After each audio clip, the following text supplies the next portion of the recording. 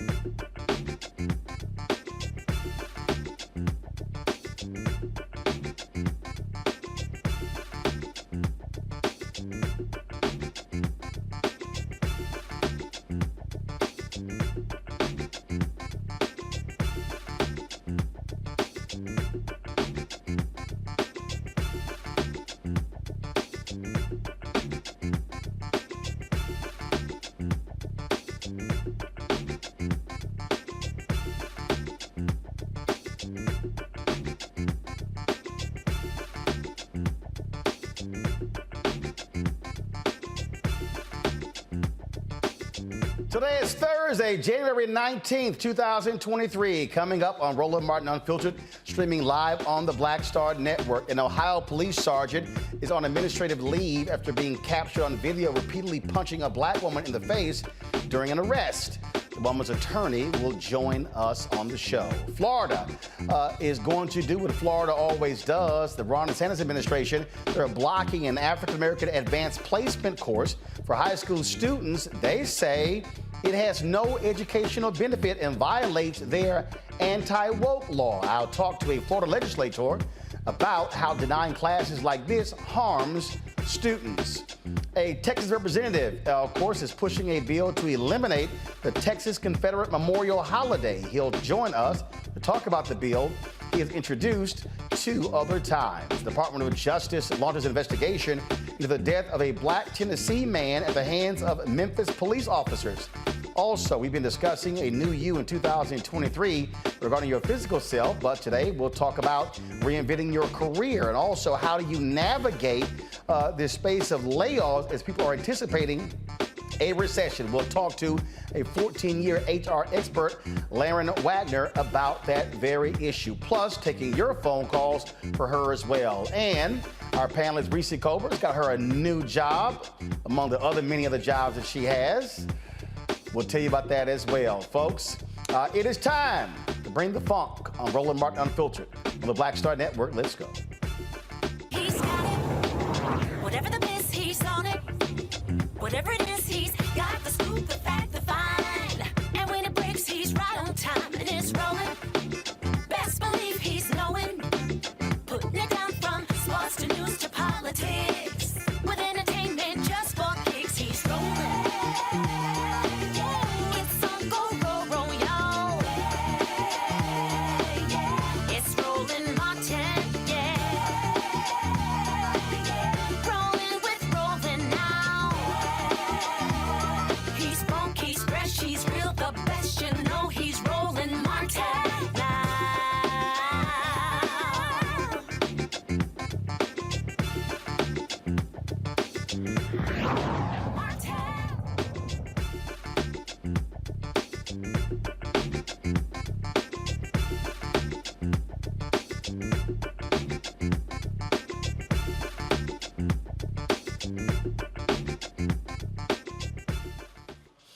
All right, folks, a dispute over a 30-cent slice of cheese led to an officer punching a black woman in the face multiple times during an arrest in Butler Township, Ohio. If not for this bystander's video, the public might have never known about LaTrinka Hancock getting brutally hit in the face. The officers involved were Tim Zellers and Sergeant Todd Starley. Starley, the one delivering the blows, has been placed on administrative leave. LaTrinka Hancock's attorney, Michael Wright, the managing partner at Wright and Schulte, is joining me now from Dayton, Ohio. Michael, glad to have you here. So, 30 cents slice of cheese? What happened? Yeah, it's pretty ridiculous. She went into McDonald's to return a Big Mac that didn't have the 30-cent slice of cheese that she had paid for. The manager did acknowledge that at some point she did pay for it, asked the cook to remake the Big Mac. I think the cook took exception to remaking the Big Mac. So the cook came out to the front, got into an argument with my client in addition to her manager. And the manager eventually called the police. My client decided that she wanted to talk to the police also because of her treatment inside of McDonald's. Whoa, hold on. Let's roll back. She paid for it. She absolutely paid for it. She goes back in. They admit they screwed up. Absolutely. The manager tells the cook, hey, remake the burger. The cook gets pissed, confronts her. Manager calls the cops on her or the cook. Absolutely. Well, the manager called the cops on my client. I think that the argument between the cook and the manager, it was just so much confusion in there. What my client did was she decided to go sit out in her car to wait for the police because she wanted to tell her version of the story. So she sits in her car Then the cops arrive. Then what happens? The cops arrive, and as you can see from the video, she gets out of her car to walk to talk to the police. The police were initially condescending. I think the police already knew what they wanted to do when they got there. They weren't trying to listen to her at all. They didn't want to hear her version of the story. All they wanted to do was tell her what they wanted to tell her and arrest her. I mean, this is a customer who was right. Absolutely. A customer who got screwed, and this is real simple how this works. So the video we're seeing here, is this body cam footage from the officers? That's body cam footage from the officers, absolutely, yes. So you see her, first of all, guys, is there audio? Okay, yeah, pull the audio up, please. Yes, there's audio. Hold on one second. See her. Hold on one second. I called the police because she didn't want to give me back my money, and I told them I'm in a black truck, and I'm waiting. She finally gave me the refund. Literally 8 seconds before I got in the car and started it up. The problem was, all I wanted was to be remade with an extra big cheese. She started screaming at me, and I'm just like, well, ma'am, she explained it to you. Why won't you go make it? Well, you need to pay me 30 cents. I said, the lady that just came and got the paper already took the 30 cents on top of the 49. Okay, so I want y'all to do this here. I want y'all to now fast forward. Come back to me. I want y'all to fast forward to the point right before the altercation begins, because I need to understand why that was an altercation. I'm confused. I'm looking at the video, and so I mean, Michael, why is it? So what happened? Why is it an altercation? Yeah, there shouldn't have been an altercation. What happened was that McDonald's wanted her trespassed off the property. At least that's what the officers are saying at this point. You know, I haven't confirmed that, but they wanted her off the property, so they wanted her ID. And during that course, she initially said that, you know, I just want to leave. I'm not going to give you any of my information. I want to leave. So they took exception to that. They started grabbing her. So we were going to arrest her at that point. So we have it queued up. Now hit play.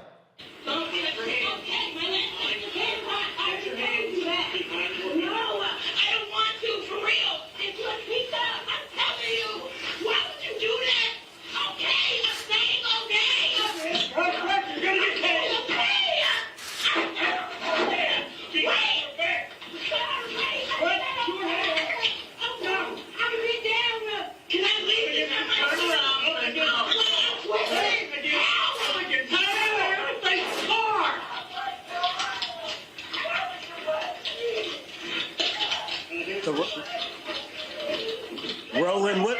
I mean, yeah. Pull the audio Roland, down. Keep playing the video. Pull the audio down. Michael, go ahead. What's very interesting about this, Roland, is that from the officer's body cam footage, you can't see the officers punching her in the face. It was actually a bystander's view in his video, which shows the officer punching her in her face. So the officers, were never... The police department was never transparent.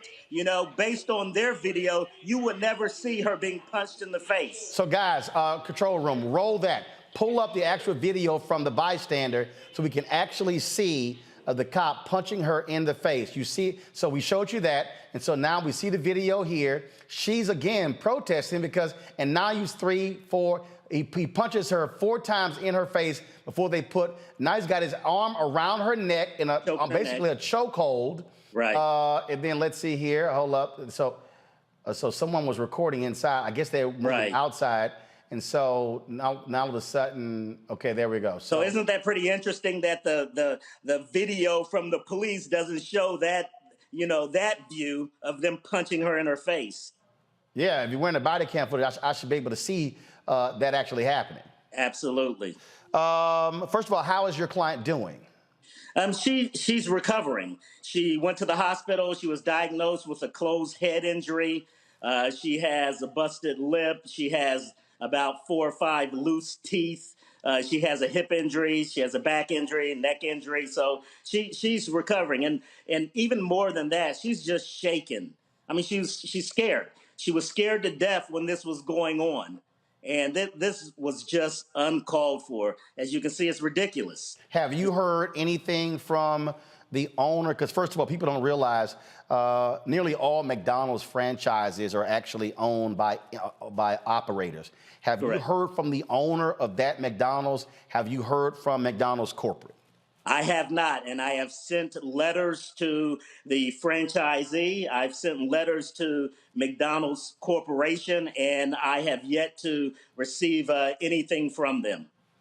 Wow, unbelievable watching this. And again, wasn't her fault. She literally just simply she paid for the cheese. Look, I've done it before. Like you screw my burger up. First of all, I don't like cheese on mine, but they put cheese on mine. You screwed it up. Make me a new burger without cheese. And so what do? You make a new damn burger. And right. This is a perfect example where the manager. This is where that manager should be fired and held accountable because the manager is the one who called the cops. Absolutely. McDonald's has policies and procedures of how to handle customers. And I don't think one of them, when a customer is just not happy with their service and not happy with their meal, calling the police should not be one of those things Indeed. that happens to a customer. You saw her from her demeanor with the police. She wasn't angry. Right. She wasn't yelling. She said, "I want my burger." Yeah, she just wanted what she paid for. All right, Michael, keep us abreast of how this case goes forward. We certainly appreciate it. Thanks a lot. Absolutely. Thank you. Folks, we come back. I'll talk about this with my panel on Roland Martin Unfiltered right here on the Black Star Network.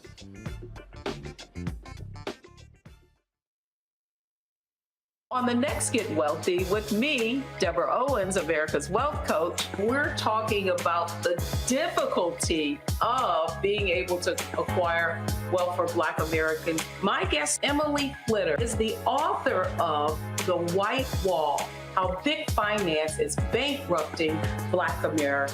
The bad stuff that you feel when you're dealing with the financial services industry is not your fault. It's not your fault, and you don't deserve to be treated like this. That's right here on Get Wealthy, only on Black Star Network. Next on the Black Table with me, Greg Carr. Our legal roundtable is back in session as we look at yet another potential landmark case being considered by the United States Supreme Court. This one is called 303 Creative versus Alennis, and may be the most important and far-reaching First Amendment, that is freedom of speech, case of our time. It could, depending on how the court rules, open the door for a return of Jim Crow segregation laws. It's true. If you say we can discriminate against one, you're saying we can discriminate against all. That's on the next Black Table. Don't miss it. Right here on the Black Star Network. We're all impacted by the culture, whether we know it or not. From politics to music and entertainment, it's a huge part of our lives, and we're going to talk about it every day right here on The Culture with me, Faraji Muhammad, only on the Black Star Network.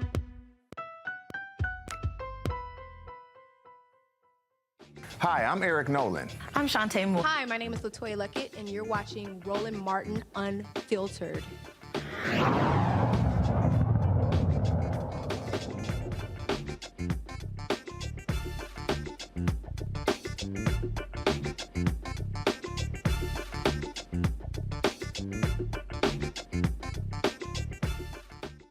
All right, folks, let's talk about that unbelievably crazy video that we just saw with our Thursday panel.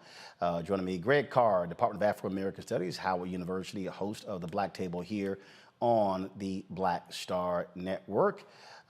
We have Erica Savage, of course, the Reframed Brain, Reese Colbert, founder of Black Women Views, and also Reese is now hosting her own show on Saturdays on Sirius XM Radio. And so, Reese, congratulations. You went from cussing on Twitter, defending Kamala Harris, to coming on this show, to becoming a contributor on Sirius XM and Clay Kane's show, now having your own show.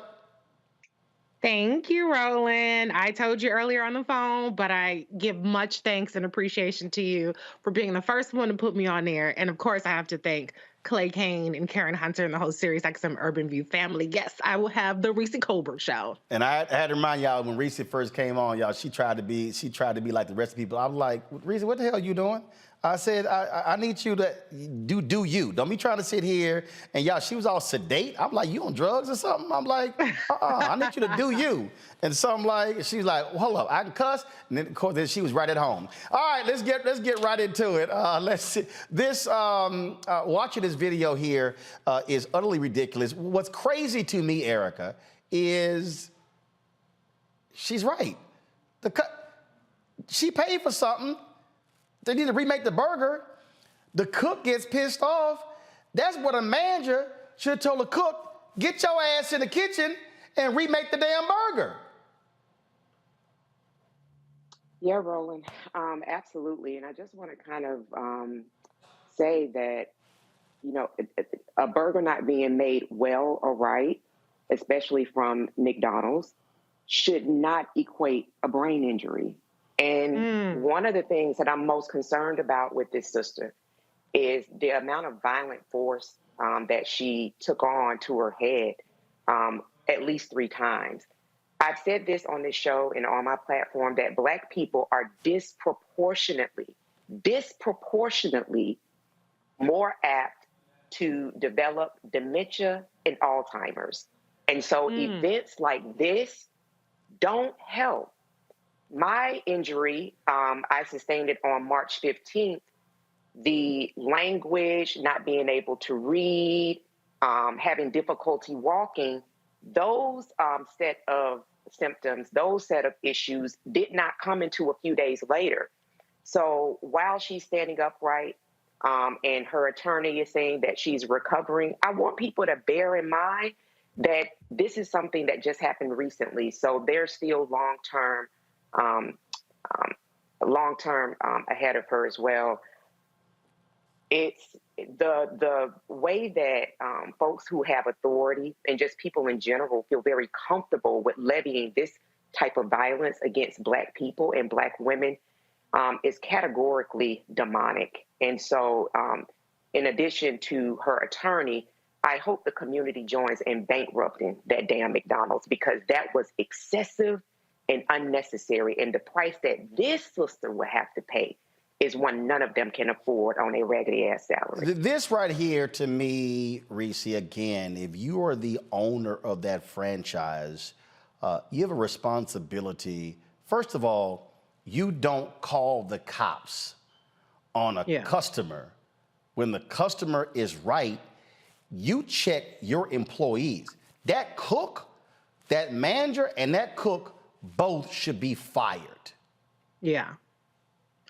First of all, who the fuck has an ego over a Big Mac? Like, that's your big accomplishment is you want a trophy for making a Big Mac and you still forgot the damn cheese. Like, that is crazy to me that somebody would have such an ego about fucking up a Big Mac that they would get out there and argue with a customer. So that's crazy. For the manager to sit up there and call the police instead of directing their employee into the back and to make the damn burger is crazy. But what we saw happen is exactly what people want to happen to us when they call the cops, these paddle rollers, as Dr. Carr would say, in to inflict this kind of violence. Mission accomplished for them. It might cost McDonald's money. It might cost the cops money, but this is exactly what they were hoping for. The cops showed up and delivered the service that McDonald's wanted against this woman. And it's despicable. It's disgusting. I'm so glad that Erica talked about the potential long-term impact of being on the receiving end of such violence. It's crazy. We see white folks act a fool all the time with the cops, and when they don't necessarily consistently have this kind of treatment. So the cops decided probably within seconds they just wanted to fuck with her and fuck her up. But I don't want to be a victim blamer. I don't want to be a victim blamer in any way, shape, or form. But last week we talked about this, and I'm gonna say it again.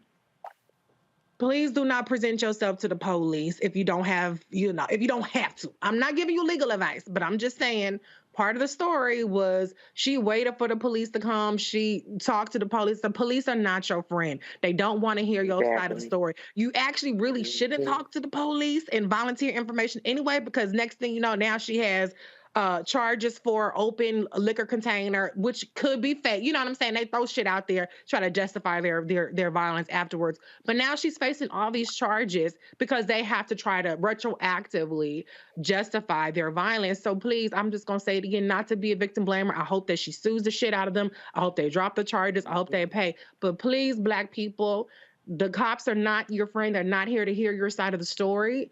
Unless it's going to be a situation where you're going to be on a high-speed chase, get out of Dodge, please. Greg, please.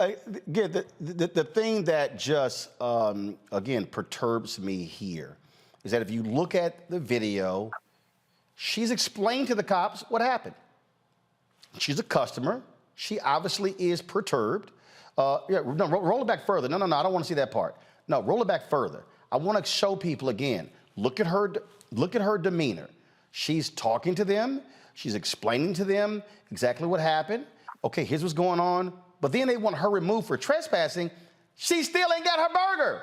She's not trespassing. She was a customer who went there who should have been taken care of. Yeah, absolutely. And we don't know whether or not that McDonald's is a franchise or is if it's owned independently. There are probably 6 or 7 McDonald's, it appears, north of Dayton. It's out near the airport. So I agree. The owner, the franchisor person, the manager, as you say, Reese, I mean, they got what they wanted to get done. You're using the police as a weapon. They should certainly be drugged into this. But, there's might and there's right. Of course she was in the right. But as you say, Reese, I mean, this woman is charged with failure to identify. Wait a minute. And she's not in a moving vehicle. So the charge of driving under suspension, having an open container, this lady is not moving. Now, these two punks, Sergeant Todd Stanley, who I assume is the guy behind her, sneaking a woman in the back of the head, to Erica's point, busted lip, loose teeth, hip, neck, back injuries. This man, this piece of a man, and then the guy, Officer Tim Zellis, who's pointing some kind of weapon at her, as a taser or a pistol, holding it like he's Sergeant Voight on Chicago PD. These two pieces of men, they should be made poster children. Social media, do your thing. Todd Stanley and Zellers. Please understand that they then said that they were there to de-escalate. So the punk police department out there in Butler Township, with the language, all the language of de-escalating. You weren't trying to de-escalate. You had your damn weapon in the face. And then finally, as you say, Roland, you made this point. This isn't on the body cam. This is a bystander. Use your cell phones as weapons.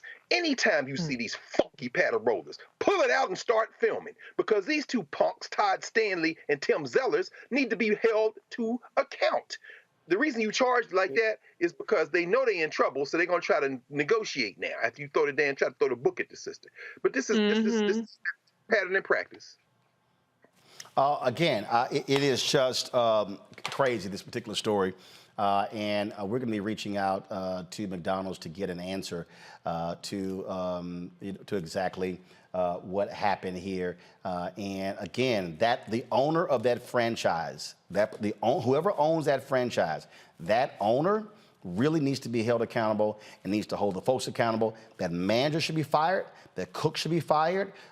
They should be paying for her medical bills because they caused this. She was the customer. I thought the customer was always right. And you admit that she proved it? She actually paid for the cheese?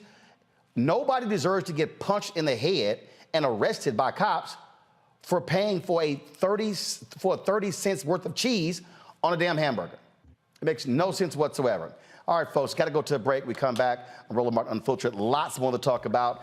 Part 2 of our conversation with Dr. Rowe about healthy eating. We'll have that conversation. Also, a lot of people are preparing, getting ready for a recession. Companies are laying people off. You still got employees who also are leaving companies, choosing not to come back to work because of COVID. So we'll be talking to an HR expert, plus taking your phone calls with regards to that. How do you as an employee operate in 2023 with these changes? Guys, pull the phone number up, please. And so if you want to give us a call, you can get a line for that, 202-890-1199, 890-1199. Taking your phone calls for our segment, talking about employees again in 2023 as companies are preparing for these various layoffs. Also, folks, do me a favor. We've been nominated for an NAACP Image Award, and so we want you to vote for Roland Martin Unfiltered. So what you do is simply go to vote.naacpimageawards.net. Look for the category that we have been nominated in. Scroll down, Outstanding News, Information, Series, or Special. Select the category, scroll to Roland Martin Unfiltered, click our name, and then click on vote. And then, of course, you can register your vote with an email. If you got more than one email, you can vote more than one time, but only one vote allowed per email. Again, you must confirm that you're not a robot. And again, you have until February 10th at 9 p.m. Eastern to vote. So let's make this possible. Voting for us here at Roland Martin Unfiltered for an NAACP Image Award, our first one since we launched this show. First time, y'all. We've been applying every year, so we finally got one.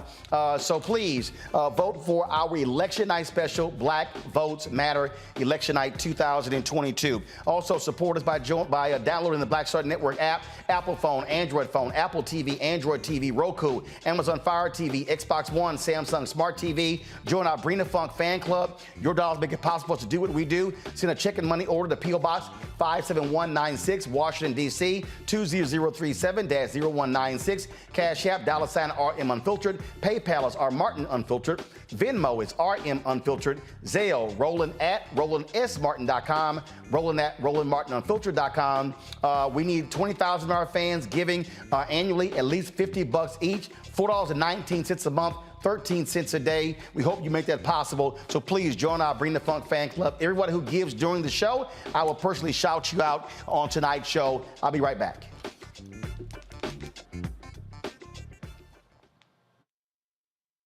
Hatred on the streets, a horrific scene, a white nationalist rally that descended into deadly violence. White people are losing their damn minds. As an angry pro-Trump mob storms the U.S. Capitol, we've seen We're about to see the rise of what I call white minority resistance. We have seen white folks in this country who simply cannot tolerate black folks voting. I think what we're seeing is the inevitable result of violent denial. This is part of American history. Every time that people of color have made progress, whether real or symbolic, there has been what Carol Anderson at Emory University calls white rage as a backlash. This is the rise of the Proud Boys and the Boogaloo Boys. America, there's going to be more of this. Here's all the Proud Boys, guys. This country is getting increasingly racist in its behaviors and its attitudes because of the fear of white people. The fear that they're taking our jobs, they're taking our resources, they're taking our women. This is white fear.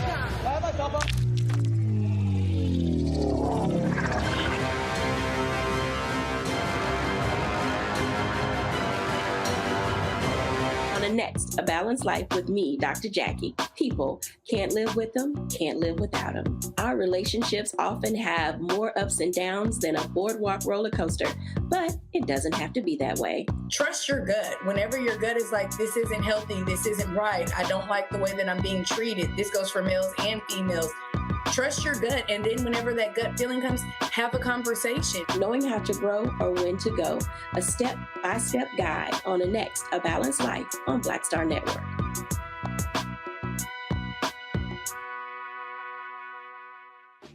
My name is Charlie Wilson. Hi, I'm Sally Richardson Whitfield. And I'm Dondre Whitfield. Hey, everybody, this is your man, Fred Hammond, and you're watching Roland Martin, my man, Unfiltered.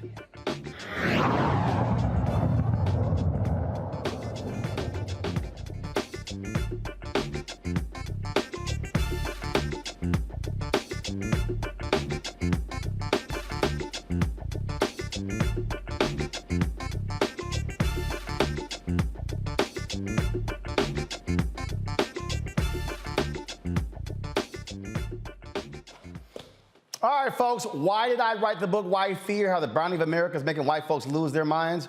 Because it's actually happening before our very eyes. Look at what's happening in Florida as we speak. Governor Ron DeSantis has been involved in this culture war because he is trying to appeal to white voters, white Republican voters, as he is trying to run for president in 2024. He, of course, decimated black congressional districts, ignoring the state legislature and choosing to push forward his own illegal maps. Then, of course, he pushed forward this so-called anti-woke act that bans the teaching of critical race theory. It has led to all sorts of drama in Florida because they frankly are labeling anything dealing with race critical race theory. Now he's blocked a new advancement placement course for high school students on African American studies. His Florida Department of Education Office of Articulation, which approves the AP curriculum, vetoed the program because it was inexplicably contrary to Florida law and significantly lacked educational value. The FDOE did not elaborate on what the agency found to be objectional. The rejection of the Advancement Placement African American Studies course is, again, part of DeSantis' continuing effort to ban anything dealing with race from being taught in Florida schools. This is what you're dealing with there in Florida, and trust me, what you see is this happening across the country. The state enacted a law that banned the teaching of the history of systemic racism in the United States and materials from the 1619 Project. Yeah, seriously, last year again, he signed a bill restricting how schools can discuss race with students. In addition to that, remember, he was also pushing this bill that anything that made white people uncomfortable could not be discussed, not just in schools, but even by companies. Even a judge said, okay, you went too damn far, let's stop that. Joining us now is Fentress Driscoll. She is a state representative. She's, first of all, the Florida State Representative Minority Leader. Glad to have you on the show. What's shameful here is to have the Florida Department of Education refuse to say what they found to be objectionable, why they say it lacked any educational value. That's right. So thank you, Roland, for having me. And you're right. They did not name the law that this high school class violated or even which part of the curriculum went against Florida law. The state didn't offer any course or remedy, just a blanket rejection. And so to say that it offers no real value, I think that's the greatest insult of all, because you have to ask yourself the question, what was so offensive about this course? This AP African American Studies course was designed to teach students about ancient African civilization. So think about that. Traditionally, our current introduction to Black history in the United States starts with the enslavement of Black people, not the centuries of rich culture that preceded slavery. We existed way before the slave markets in Charleston and New Orleans and St. Augustine. So, why does this course about that begins African American history at the point of freedom in order to show the progression of a group of people working their way back to that freedom scare this governor so much?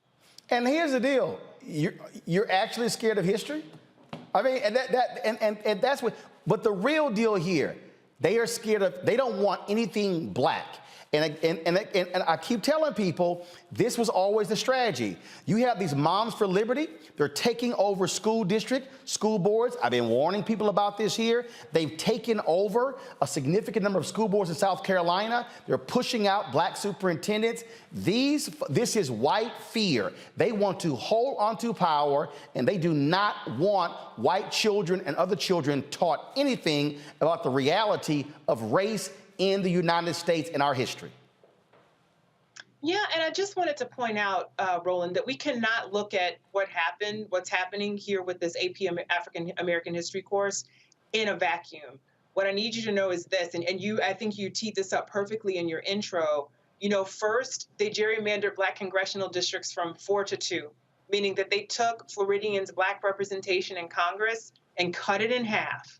Then they overreacted to CRT allegedly being caught in grade school, which, let me be crystal clear, Republicans in Florida have been in control of the state legislature and the governor's mansion since the 90s. So they've been in control of educational policy.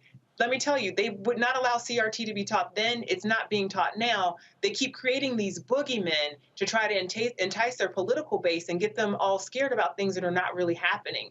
Now we're watching as Governor DeSantis is trying to roll back diversity, equity, and inclusion efforts, telling employers what they can and cannot do with that, and opening them up to lawsuits if they have diversity, equity, and inclusion efforts that make people feel uncomfortable. And then they also are attacking hiring practices and DE&I in our university system. I don't believe that he's going to stop here with this AP African American history course. This really is first of many attempts to whitewash history in order to soothe emotionally fragile people. And I'm just so glad that you are covering this story tonight, because we need people to pay attention to what is happening in Florida. Please note, too, that Ron DeSantis wants to run for president of the United States in 2024. We need not just Floridians to pay attention, but the entire country, because this is dangerous, a very dangerous progression of events. This is him. This is a direct appeal to white conservative voters. Donald Trump, when he launched his campaign, he purposely pushed the buttons of white fear. This is Ron DeSantis trying to ride that same white fear roller coaster into the Republican nomination and into the White House in 2024.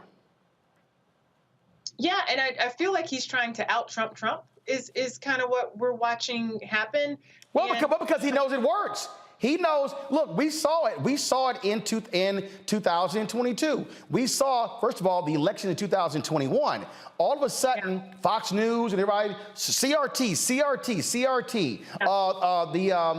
The migrants showing them on the border. Anything dealing with race, they are ramping up because it's a direct appeal to white conservative voters saying, see, they're coming, they're taking over. The whole freaking out about great replacement theory, the exact same thing. It ain't our fault white folks stop having babies. The reason the white population is dropping, they stopped having kids. And you even had some of them state their opposition to Roe v. Wade was because they were losing numerical numbers. Well, the point I want to make, though, is that the collateral damage is really just too much. Yep. We're watching this play out in Florida, right? Where now you have just the tensions are high. The temperature has been ratcheted up. We know this was happening throughout the country under Donald Trump, but it's happening here in a very acute way. You look at what happened in the 2022 midterm elections, and the rest of the country rejected extremist policies, actually, where the Trump candidates were on the ballot. Typically, they tended to lose. That was not the case in Florida, right? Like, it looked like, Ron DeSantis won by 20 points. But what we're seeing from the data that's now released about the election, it wasn't so much that there was a red wave. It was more so that Democrats stayed home. We need people to be educated and to understand what is happening and what is at stake, because he won't stop at Florida. He wants to take this brand of divisiveness to national politics. And we really need to make sure that that does not happen, that he does not succeed. That is exactly the case right there. Representative Driscoll, we certainly appreciate you joining us. Thanks a lot. Thank you. Game recognized game, Greg, and people need to understand this is the Republican Party. This is their strategy, and this is DeSantis trying to say to white folks, I'm your man. Mm-hmm. Greg, you're on mute.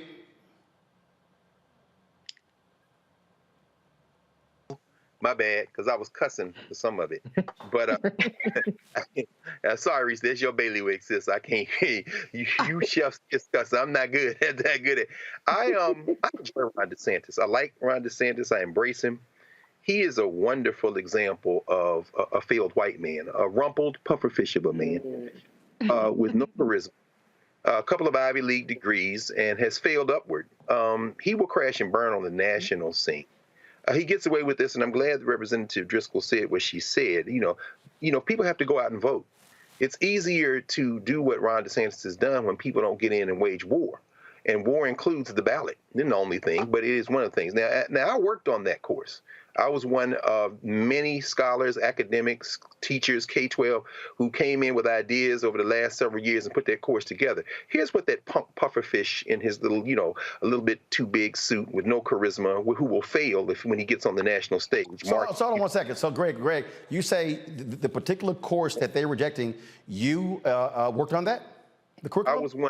I was one of many. There were a number of scholars. 2 summers ago, I spent the summer looking at the curriculum framework. So it's very satisfying to hear Representative Finch talk about the fact that that course doesn't start in slavery. Now, you know that's one of our deep things in Africana studies. You don't start your history with slavery.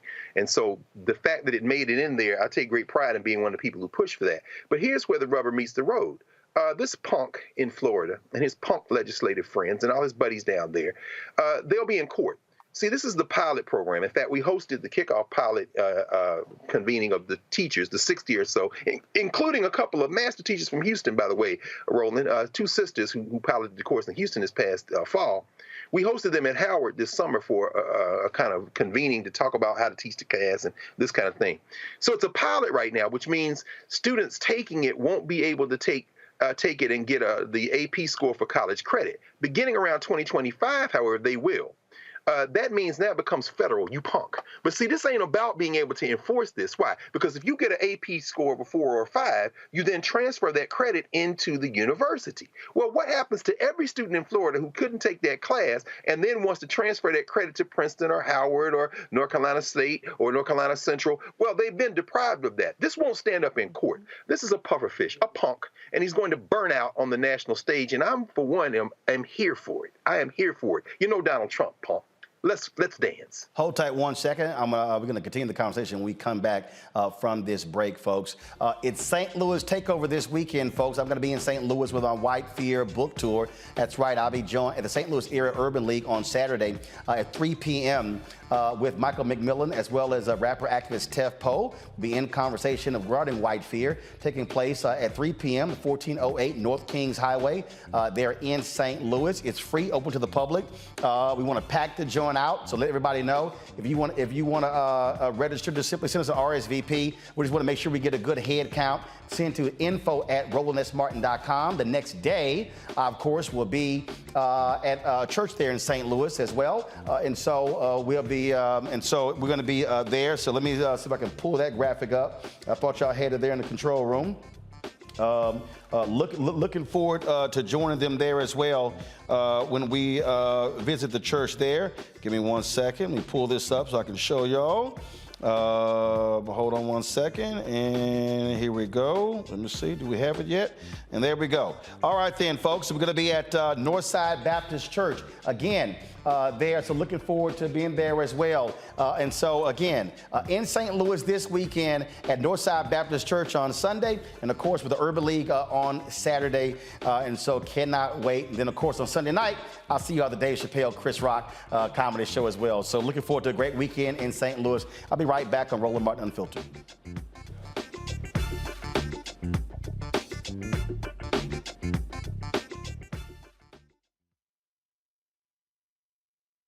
When you talk about blackness and what happens in black culture, we're about covering these things that matter to us, speaking to our issues and concerns. This is a genuine people-powered movement. There's a lot of stuff that we're not getting. You get it, and you spread the word. We wish to plead our own cause. Too long have others spoken for us. We cannot tell our own story if we can't pay for it. This is about covering us. Invest in black-owned media. Your dollars matter. We don't have to keep asking them to cover our stuff. So please support us in what we do, folks. We want to hit 2,000 people, $50 this month, raise $100,000. We're behind 100,000, so we want to hit that. Y'all money makes this possible. Checks and money orders go to P.O. Box 57196, Washington, D.C. 20037-0196. The Cash App is $RM Unfiltered. PayPal is R Martin Unfiltered. Venmo is RM Unfiltered. Zelle is RolandSMartin.com. Most people think that these television shows that tell stories about who we are as black men, and then they paint these monolithic portraits of us. They think that they're being painted by white people. And I gotta tell you, there are a whole bunch of black folk that are the creators, the head writers, the directors of all of these shows, and that are still painting us as monoliths. The people don't really want to have this conversation. No, they don't.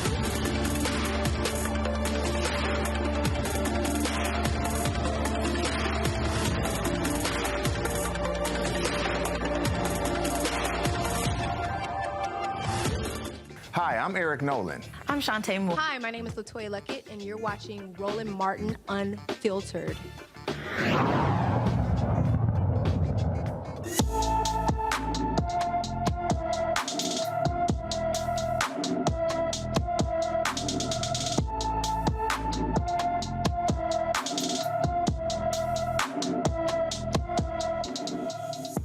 Brandon Tavon Smith was heading into his Arlington, Texas home on January 1st. The 27-year-old never made it. Brandon is 6 feet 3 inches tall, weighs 170 pounds, with black hair and brown eyes. Brandon was driving his graphite gray 2019 Toyota Camry with Texas tags M for Mary, C is in cat, G is in God, 5401. Anyone with information about Brandon Tavon Smith is urged to call the Arlington, Texas Police Department at 817-274-4444, 817-274-4444. Let's pick up on that conversation we left off with regarding Ron DeSantis in Florida. And the thing here, Reese, that I keep trying to get people to understand with what is happening in this country when it comes to these folks. And I mentioned Moms for Liberty. I mentioned them for a reason, because just recently, a brother who was ranked as one of the most effective superintendents in South Carolina, he led a number of initiatives there. Well, those Moms for Liberty took over the school board, and they basically fired him. Now, they came to a decision. He quit, but they were attacking him. And remember, he was the one who bucked the governor's mask mandate. And he said, no, we're going to keep that going forward. They launched an investigation into him, an 8-month investigation. Now, what was discovered is that they had many issues in the district, but it was with the board. And the investigation concluded, damn, he was great. Things are working out well for him. And the thing here is he quits, but what's happening, I think I saw a story, 10 of the top 14 school districts in South Carolina, those Moms for Liberty have taken over. And they have fired a variety of black superintendents. And y'all know, because you've been doing it, I've been doing it, and we've been telling these black folks all across the country that they are targeting school boards. They want to target what our kids are taught. And we're sitting our asses at home, not voting. There was a massive drop-off. We had Tom Bonnier on the other day, a massive drop-off of black voters in South Carolina. And while we sit at home, they're turning out. So they're firing superintendents, they're getting rid of staff, and they're changing the curriculum because these white folks do not want, and they got some crazy black people with them, but they do not want us confronting the issue of race in this country. And Ron DeSantis is trying to ride that right into the White House. Right. And, the thing about it is they're playing without anybody on defense. They're on offense and it's no defense. So they making every 3-pointer, they're making every free throw. It ain't really much of a game. But you and the folks with you last week really demonstrated the antidote to that, or the solution to that, which is be louder and more active than they are. The reason why they're winning is because they're out there consistently, relentlessly, and loudly. But what we saw demonstrated on this show is that we have a voice too, and we have power, and you guys were able to defeat the attempts to get rid of the Jack Yates high school principal. And so we have just as much agency as they do. They're better funded, but they're not an organic movement in the same way that we have the capacity to do ourselves. And so the work doesn't stop at the ballot booth, especially when your ass don't vote. But it doesn't stop there. Even when you do vote, you have to get active and you have to be louder than the other side. And the one other thing I want to say is Dr. Carr mentioned the college credit aspect, but I also want to mention the GPA aspect. In a lot of places, I know at least in California, that's where I went to school, when you have AP courses, even if you don't pass the AP test, your grade gets an additional point added to it, which gives you a higher GPA. cumulatively, and it makes you more competitive. And so part of what this is, by denying the African American history, the AP credit, it's also going to artificially, I think, lower the grade point averages of people who are seeking that kind of information. And it makes some people less engaged and less enthusiastic about it. If European history is an AP course in Florida, so goddamn it, African American history needs to be a course. The one other thing I just want to say is the fact that this is against the law is something that we have been talking about so much on this show. They're very smart in how they frame the arguments when they're trying to push these laws through. Well, it ain't gonna do this and it ain't gonna do that, and then it turned out to do exactly what the hell we said it was going to do. This is a prime example. We cannot let DeSantis take this nationwide, but even if he doesn't, it's doing real damage and harm in places like Virginia, in places like Texas. Y'all let Kemp ass get in again in Georgia and in Florida. So like, get your ass out there to these school board meetings, run for school board. But if nothing else, use your voice. We know how to be loud and proud, black and proud, and all that good stuff. People talk all the shit in the comments on YouTube. So take that commenting energy from YouTube to Zoom or to the actual boardrooms where these meetings are being held. This is the thing, Erica. When I saw all them white women outside the Supreme Court after the Roe v. Wade decision protesting, and there was some black people too, and they were all upset and crying. I'm like, they told you what they were going to do. So it wasn't like that was a shock. They've been telling you for 40 years.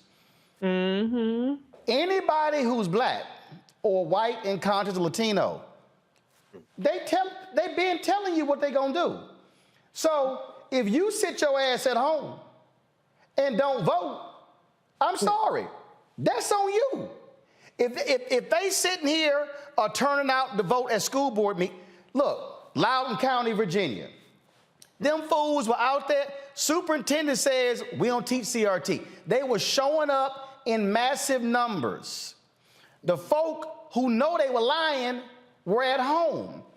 News media covers it, gives the impression building, building, building. The point that Reese just made, you have to be not just play defense, you got to have a counter offensive strategy.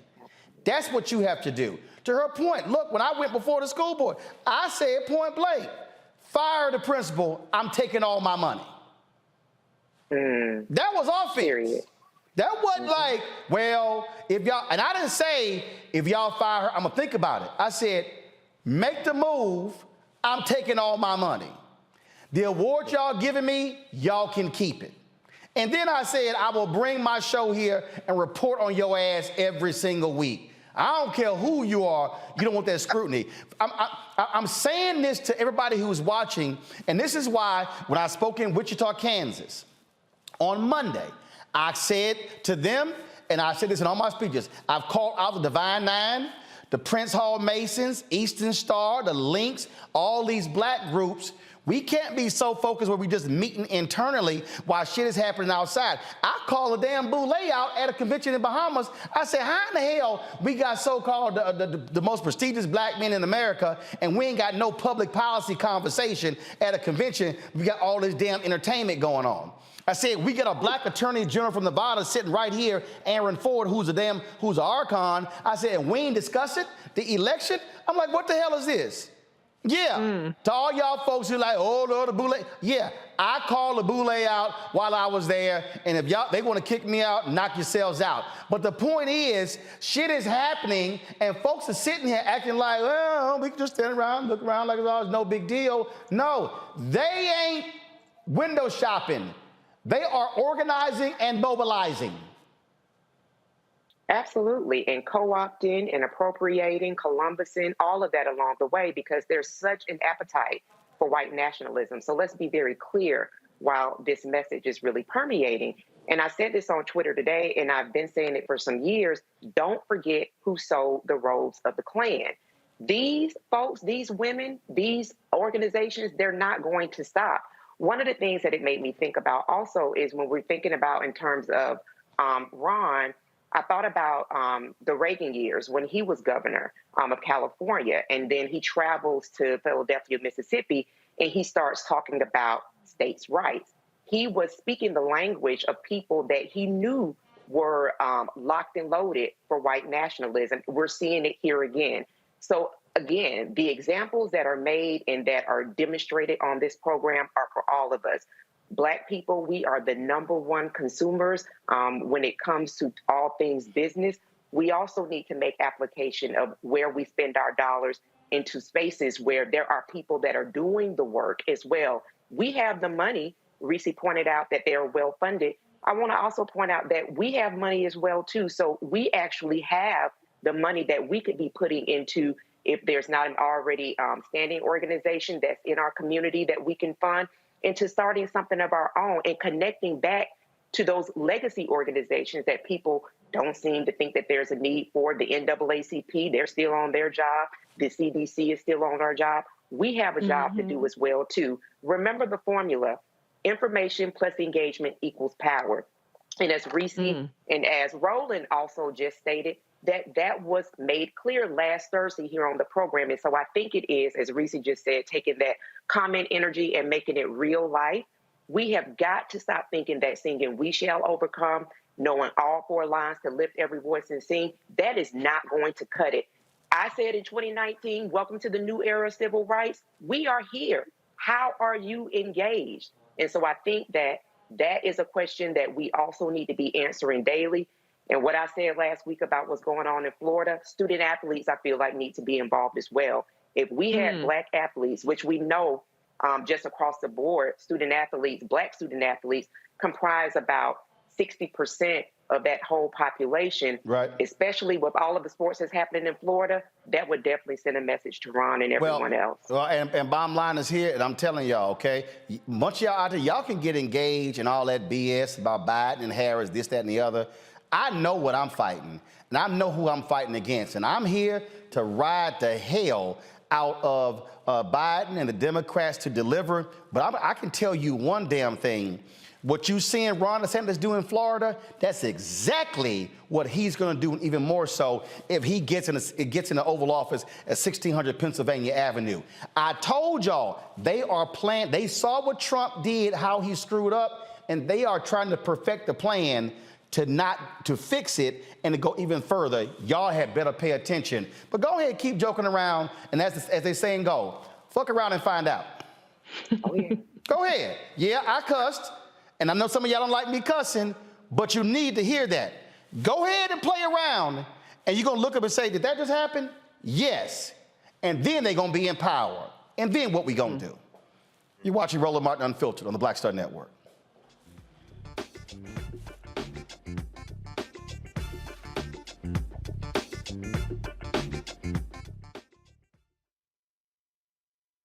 Next on the Black Table with me, Greg Carr. Our legal roundtable is back in session as we look at yet another potential landmark case being considered by the United States Supreme Court. This one is called 303 Creative versus Alennis, and may be the most important and far-reaching First Amendment, that is freedom of speech, case of our time. It could, depending on how the court rules, open the door for a return of Jim Crow segregation laws. It's true. If you say we can discriminate against one, you're saying we can discriminate against all. That's on the next Black Table. Don't miss it. Right here on the Black Star Network. Most people think that these television shows that tell stories about who we are as black men, and then they paint these monolithic portraits of us. They think that they're being painted by white people. And I gotta tell you, there are a whole bunch of black folk that are the creators, the head writers, the directors of all of these shows, and that are still painting us as monoliths. The people don't really want to have this conversation. No, they don't.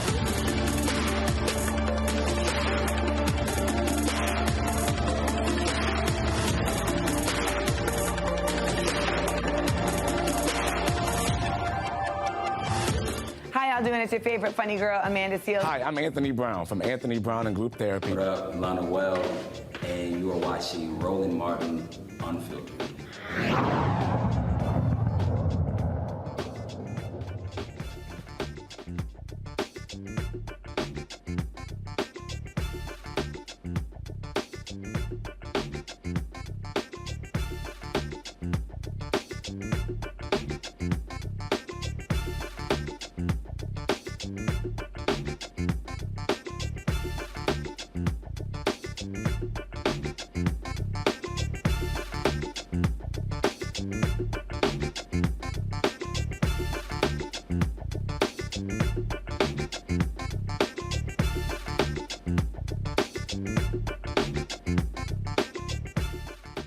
All right, folks, Microsoft announced they'll be laying off 10,000 people, their biggest layoff in almost a decade. Amazon announced 17,000 layoffs, 7,000 more they were going to lay off. Tech companies have already announced some 60,000 layoffs. Some companies also are shutting down. The Recount, a digital website, they raised some $32 million. They launched 4 years in 2018 when we did. They raised $32 million bucks.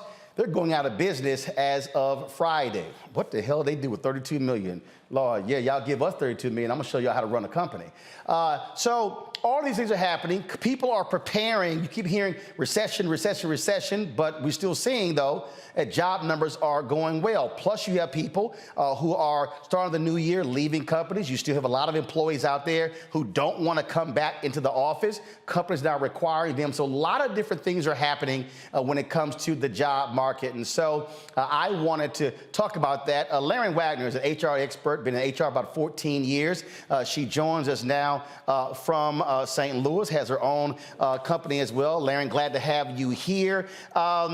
There's so much upheaval and stuff we want to get into. We're also going to be taking folks' phone calls on this topic as well. If you want to ask Laren any questions, call this number, 202. Let's pull the number up, 202-898. Come on, y'all. Pull the number up. Let's go. Y'all gotta be quicker than that. 202-898-1199. 202-890. 202-890-1199. 202-890-1199. Don't have no folks in the control room joining people on the unemployment line. Y'all being so slow. So, Laren, let's get into it. First off, new year, and again, people are like, oh my goodness, I don't know what's going on. They're trying to figure out where should individuals who are unsure that they might be getting laid off because of this possible recession, what should they be doing? Don't wait to get called into the office. What should they be doing right now? Yes. So first of all, when these situations are happening, the first thing an employee should want to think about is my house. Is my house in order? And if my house is not in order, how do I get my house in order? So a lot of times that's looking at what the current market is looking like. Where are my skill sets? Like, where do I need to transfer my skills? Is now a time to consider a different industry?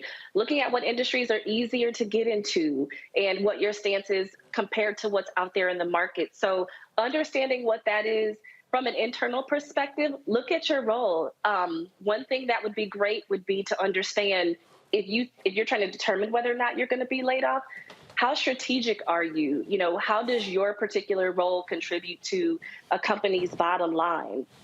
Another thing is, from an external perspective, what is your network looking like? Do you need to polish up your in-person and professional network? If so, do that.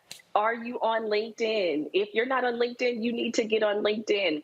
Is your resume okay? You need to anchor yourself and where you want to be to all of these items here. And so a lot of that requires help. I really tell people all the time, I tell people, I start a job with the premise I'm gonna get fired anyway. Because three things are gonna happen. You either gonna get fired, laid off, you're gonna leave, or you're gonna stay. That's it. Three things are going to happen. And one of the biggest mistakes that I think a lot of people do is they aren't constantly updating their resume. They're not constantly building relationships. They're not joining professional organizations. They're not preparing. I tell people all the time, look, when you start seeing moves making in companies, when you start getting the memos, hey, we're cutting back on travel or we're cutting back on different things, that means something is happening economically. Prepare yourself. But it kills me. People go like, I didn't see it coming. It was like, it was carnage all around you. But a lot of people aren't paying attention because they're not they're just thinking this job will never, ever end. I'm safe. Right. You're absolutely right. And I think it's important to not only just focus on these things when you think you're about to be laid off or let go from a job, but you should always have opportunities in at least on the forefront of your mind. You never know, especially post-COVID or what we think is post-COVID and where we're headed. Another thing that people tend to think about too is that 6-month stash. Like, what are my finances looking like? Where can I eliminate some hazardous spending? On top of that, is now the time for me to hop into entrepreneurship? Is now the time to increase my streams of income? Those are all things that we should always be thinking about. Well, what I tell people on this point, and I'm going to my panel next with some questions, I tell people this all the time. You don't wait until you get laid off to then say, oh, let me now do my side hustle. No. You do that while you're there. When I was at CNN, I knew in 2009 and 10, oh, y'all not giving me my show? I ain't gonna be here long. So I began to plan for post-CNN in 2010. I left in April 2013. Even when I was at TV One, I was buying equipment while I was at TV One, because I'm like, this ain't gonna last. And so when the show ended, I actually had already invested a significant amount of money in myself, and so I easily transitioned. People come to me all the time after they get fired or lay off to go, hey, I'm trying to start this thing. It's now harder because now you're still trying to live and pay your bills while you're trying to start something, and that's much more difficult to do when you don't have a job. And so I say, use your job as your personal venture capitalist to fund whatever your side hustle is and build that up while you have your main job. Yes. Roland, these days in today's economy, it's taking up to a year to land a new job. If you find something within 3 months, you should consider yourself lucky. So again, people get complacent. Be strategic. That's my best piece of advice. Questions? Plan for your future. Yeah, absolutely. Questions from our panel. Let's see here. I'll start with you, Reese. Yes, thank you. My question is, what is your take on headhunters, recruiting agencies? I know that, they're incentivized monetarily to land new people, but I know they also take a big chunk too. So what is your position for people who are looking for a job? Should they be trying to go direct to the companies themselves, or should they let other people do the work for them? Yeah, so great question. Thank you for that. So headhunters, executive search firms, recruiting agencies, they are there to help you. Now, there are some that are direct hire and that, they get a percentage of an incentive to place you. At the end of the day, their goal is they want to get paid, so they want to help you land a job somewhere you can get paid. But I say go for it. They're there to help. A lot of times they even offer free services to review your resume, help you polish things up, help you with explaining gaps on your resume, and even talking you through some of what your career plans may be that you may even be unsure of. They know what's out there. They know what's in the market. So it's always good to utilize them as a resource. Erica.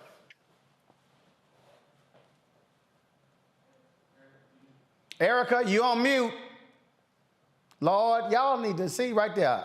I'm about to fire you. All right, go. Yeah, I don't have a job, and I'm good with that. My question, I'm so good with it. Praise God. So my question for you is, and so glad to have you on this evening. You mentioned LinkedIn. So could you share a little bit around social media presence, since it seems that in this case, the employer would have the upper hand? Could you talk to us a little bit about how a person would need to position, or if there's a cleanup, or if there's a cursory look that they would need to have done for a professional with regard to gaining new employment? Yeah, and thank you. I'm happy to be here today. So as far as your professional, I'll say your professional brand, your social media presence, all of that is important. First, the person's going to want to literally look at what their brand is, what their end goal is, what type of industry they want to be in, and then cater to that. Make sure that your social media presence anchors to that. You don't want to go into a professional field and your social media pictures are half naked. Us employers, we can see that. We look, and many of them do.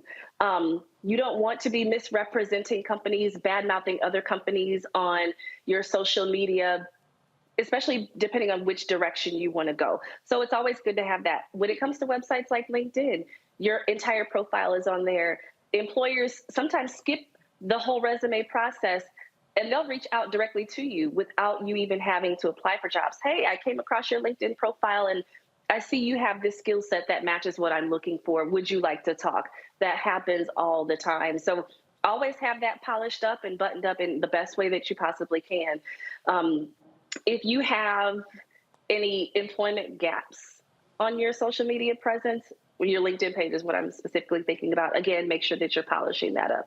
Overall, you just want to make sure that you are well represented on your social media platforms. If you're not, you might want to consider going private. No, here's the whole deal. That private stuff don't work either. But look, I keep trying But if you're not going to clean up your social media. Right, but I try to explain to people, do understand, just because you private don't mean it's not public. Okay? You're right.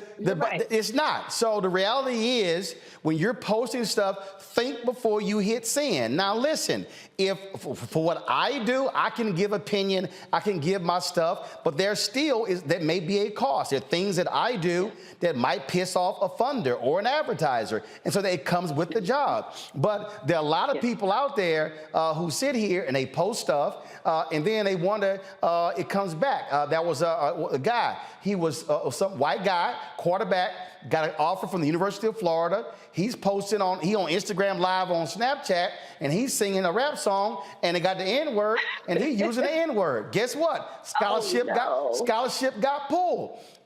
You don't have a guaranteed right to that scholarship. And so people need to understand that employers are looking at all of that stuff, and they are now, and we've actually made it easier. It used to be actually harder to vet people. People got all their personal business out there, so it's actually a lot easier to search for people's information. And so, folk, use caution when it comes to social media, even when it comes to giving your political opinion, depending upon what that job is, because guess what? Like it or not, your boss might be a liberal or conservative. You don't know who you're interviewing with. Just understand all that stuff has an impact. I got to go to a break. We're going to take your questions. I'm gonna get Greg's question also. If you got any questions for Laren, look, you might be thinking about leaving your job, how to prepare to leave, how to leave the right way. I don't advise you to abruptly quit. You might want to put in your 2 weeks notice. Okay, I'm just saying, because your new employer sees how you left the last one. They might do me the same way. Just saying. Call 202-890-1199, 202-890-1199. Roland Martin Unfiltered. We'll be right back.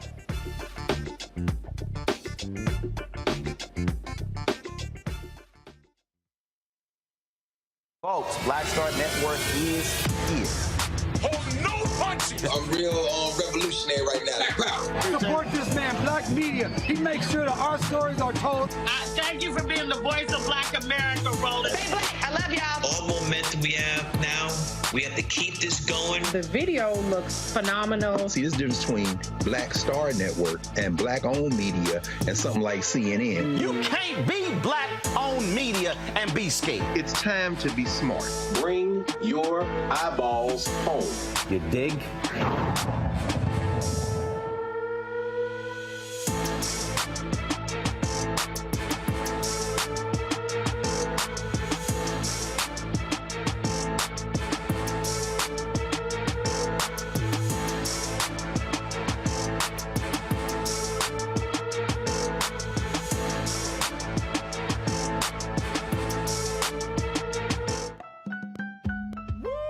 We're all impacted by the culture, whether we know it or not. From politics to music and entertainment, it's a huge part of our lives, and we're going to talk about it every day right here on The Culture with me, Faraji Muhammad, only on the Black Star Network.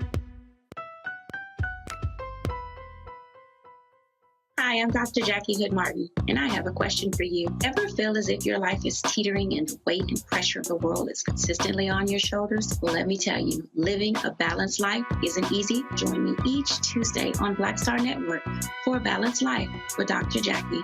We'll laugh together, cry together, pull ourselves together, and cheer each other on. So join me for new shows each Tuesday on Black Star Network, A Balanced Life with Dr. Jackie.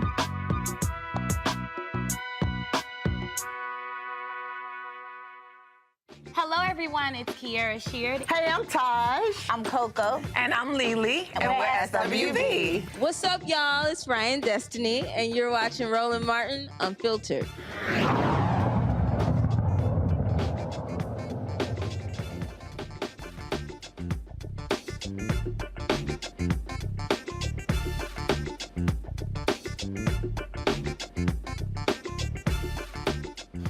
All right, folks, if you've got any questions about, when it comes to where you work, you got any career advice, give us a call right now, 202-890-1199, 202-890-1199. Again, 202-890-1199. Our guest is Laren Wagner, HR expert for the last 14 years. And again, a lot of things are happening in the country when it comes to jobs and companies. This week, we're focusing on employees. Next week, she'll be back. We'll be talking about employers. Trust me, it's a whole different perspective when you on this side of the business. Greg, your question for Laren Wagner. Oh, thank you, Roland, and thank you, Sister Wagner. I have a question. I'm an academic and a teacher, and a lot of times folks who are in those kind of positions tend to stay over long periods of time. I wonder if you have any thoughts about how we should be thinking about our money and managing our money in terms of moving it, maybe putting more into retirement or moving things into CDs or 401ks. Any thoughts about how those folk who are in those kind of jobs, which are kind of more long range, should be thinking about financial planning? Yes. So my best answer for that would be really the same as though you would be leaving any job. Understand what your budget looks like, what your finances look like, what you need for your home in order for you to continue to survive and make it. The stability behind your organization is going to allow you, and also too, what your current income looks like is going to allow you to map out what all of that is. So if you need to, get a financial planner, get someone who can talk with you through, okay, what the long-term plan looks like for your budgeting and your spending. Cut costs where you can. That's what these organizations are doing. So you may have to do the same. Also understand where your resources are. Actually, on that particular point, I sort of want to add to it. Again, even within that framework, even in academia, you're seeing how layoffs are happening there as well. I just think part of the thing, Laren, a lot of people get so comfortable and entrenched in a job, they think it's never going to end. And Absolutely. then it does, and now they're totally shocked. Yeah. Have to stay prepared. You have to stay prepared. I can't stress that enough. I can, of course, speak for what individuals need for their households. But again, sometimes you have most households are two incomes. There are times when you have one where you have a spouse who can carry the entire household in case so the other person loses their job. That's great. But you got to know what that looks like for your household. I'm going to do this. First of all, if y'all are calling, stay on topic, y'all. We're talking about, again, from an employee standpoint. We're not talking about some of the other topics. And so the number to call, 202-890-1199, 202-890-1199. Call with your question. We'll put you on the air. Let's talk about now requiring people to come back into the office after COVID. It's a lot of people are resisting this. They have gotten used to being at home for the last couple of years. There are people who are choosing to leave companies as a result. And so what do you say to the person who's watching or listening and they say, I do not want to go back into the office, but they don't want to lose their job? They got a decision to make. Yeah. And here's the thing, and I've seen this, I currently see this. You need to understand what your company's policy is and anchor yourself to it. These companies are cracking down. Us as employees have discovered, oh my gosh, I can do my entire job from home. Why do I have to go in? But companies are making this a policy. And understand that if you are violating the policy, there are repercussions for that. And sometimes that ends in termination. Doesn't matter what you want to do. Companies have their own bottom line. They have their goals that they want to achieve. So I would suggest you stick to that. There you go. And I'll ask this question before I go to the caller here. Also, be smart as an employee when you're asking your boss for a raise. So let me say that again, okay? You're hearing all of these stories that we're going to be having a recession in 2023. It's called Read the Room. People are getting laid off left and right. Hiring freezes are also in place. Be smart about asking your boss for a raise when right now, folk are actually looking at laying people off. Roland, my best advice when I see that situation, because I see it often, is I tell employees, the inflation of your salary that you're asking for today could be the elimination you face tomorrow. Sometimes and I'm not just saying that we should be complacent and just be happy to be somewhere and be happy to have a job, because there's always going to be something out there. But in these times, it's good to know your company, know your stance, understand what the company is going through, and ask those questions. Ask those questions to your senior leaders. All right, we got a caller, Jimmy. I don't know where Jimmy is from. Y'all need to give me the city. Jimmy, you have the phone line. What's your question for HR expert Laren Wagner? Yes, my question is, how can we know when an employer is going to give us our raise? How can you know when an employer is going to give you your raise? A raise. Laren? Okay, so Jimmy, companies usually have this outlined. It's a lot of times based on when their fiscal year ends.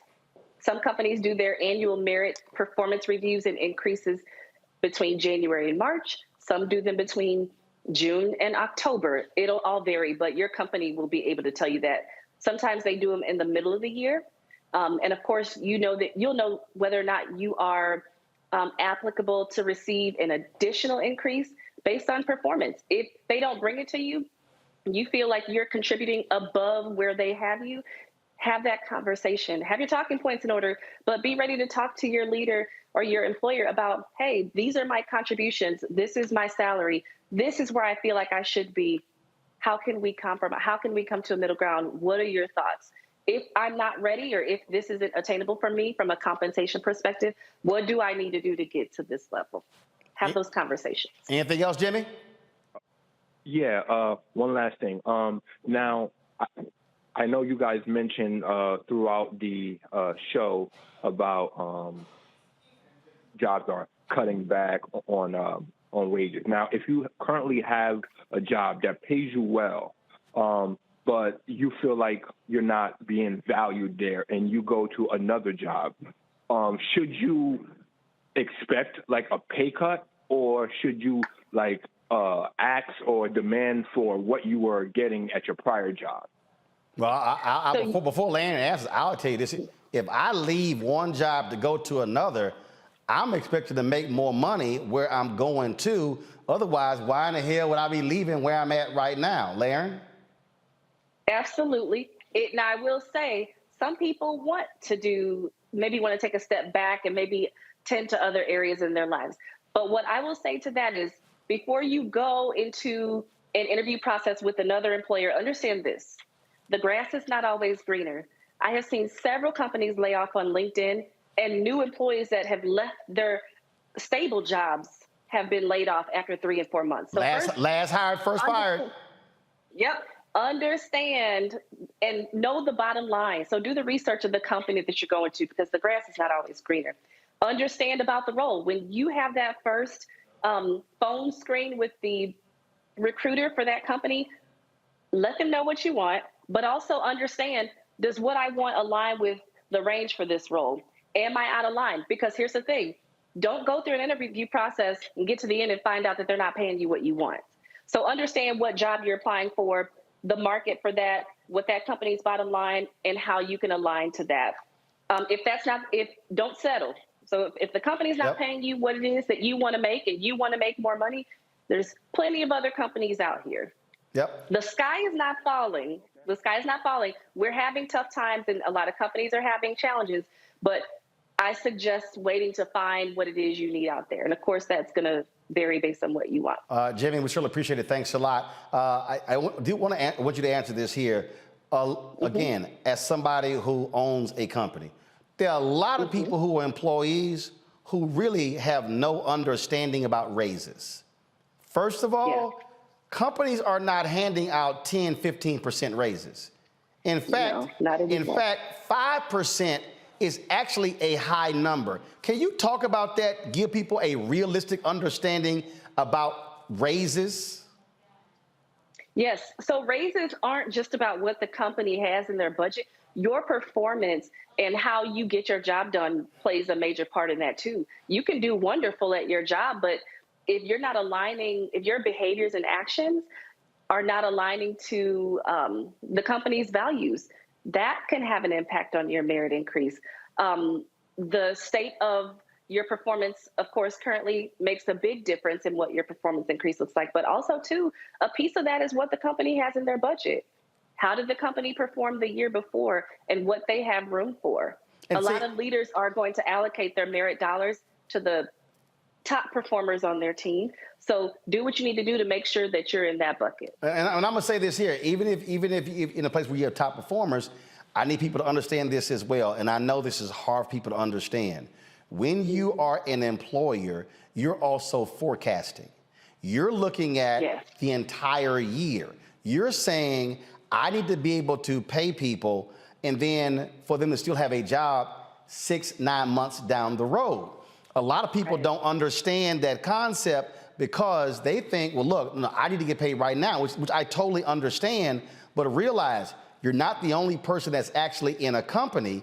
You have other employees, you have other expenses, and if you're forecasting and you're seeing potential revenue decrease 10, 20, 30, 40%, you got to realize the biggest hard cost in any company are people. And the easiest way to cut your expenses is to cut people. And again, it's a lot of people don't really understand that unless they've been on the business side. I'll do this here. We're going to go to a quick break. I want you to speak to that when we come back. And I'm going to take a couple of more phone calls right here in Roland Martin Unfiltered on the Black Star Network.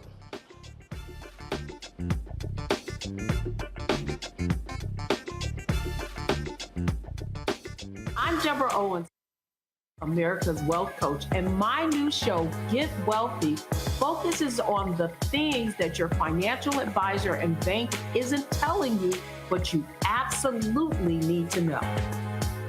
So watch Get Wealthy on the Black Star Network.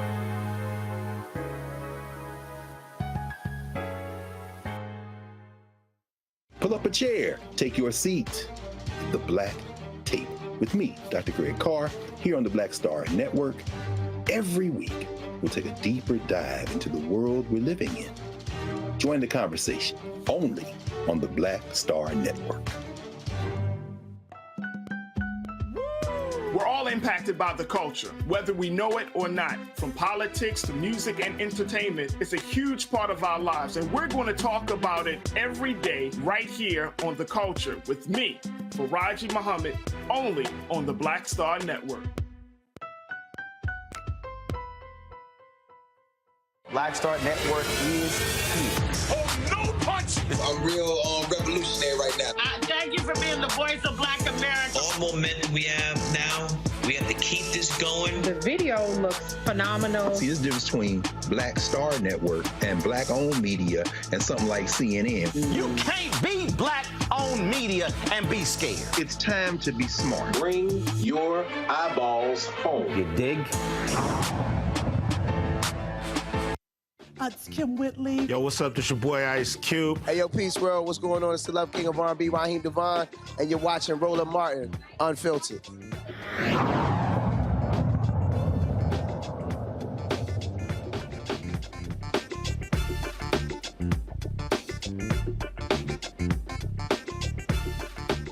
All right, folks, welcome back to Roland Martin Unfiltered. We're talking about HR expert Larry Wagner about, again, this job situation, employee situation.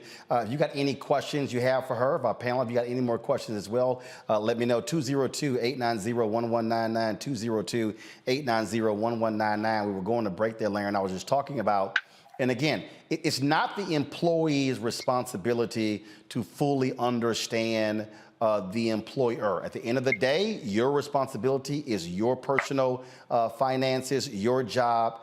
But the point that I'm making there is that a lot of times, and I've worked in a number of companies where employees have a completely different reality than what is actually happening in the business. And I've seen where you've had staff meetings, and I'm sitting there going, you clearly are not paying attention to what is going on around you. It's important for employees to be present in the company, be about the business of your business. Mm-hmm. I agree with you there. There is one thing I'll say, the employee, like I said, they're responsible for knowing what works for them. They're responsible for knowing their stance with the company. I will say though, you can't go into certain situations, especially with your employer in the job market, merit increases. You can't go in uninformed. You have to be intentional. And I know we've talked about this, but you have to be intentional about understanding your company to an extent. A lot of companies pride themselves on their communications. And when it comes to these employee engagement surveys and stuff, that's always a pain point for some organizations. But I do agree with you. There's the employer needs to make sure that the employee is educated, but the employee does have to own their piece. And so I did a call. It was a master class with Felicia Butterfield Jones. It was during COVID, and it was a whole bunch of different sisters on it. And I forgot what company this one woman worked for, and she felt she deserved more money. And as she was talking, as I was listening to her, what I realized was she had hit her cap in the company. And what I said to her was, I need you to understand something. You gotta leave.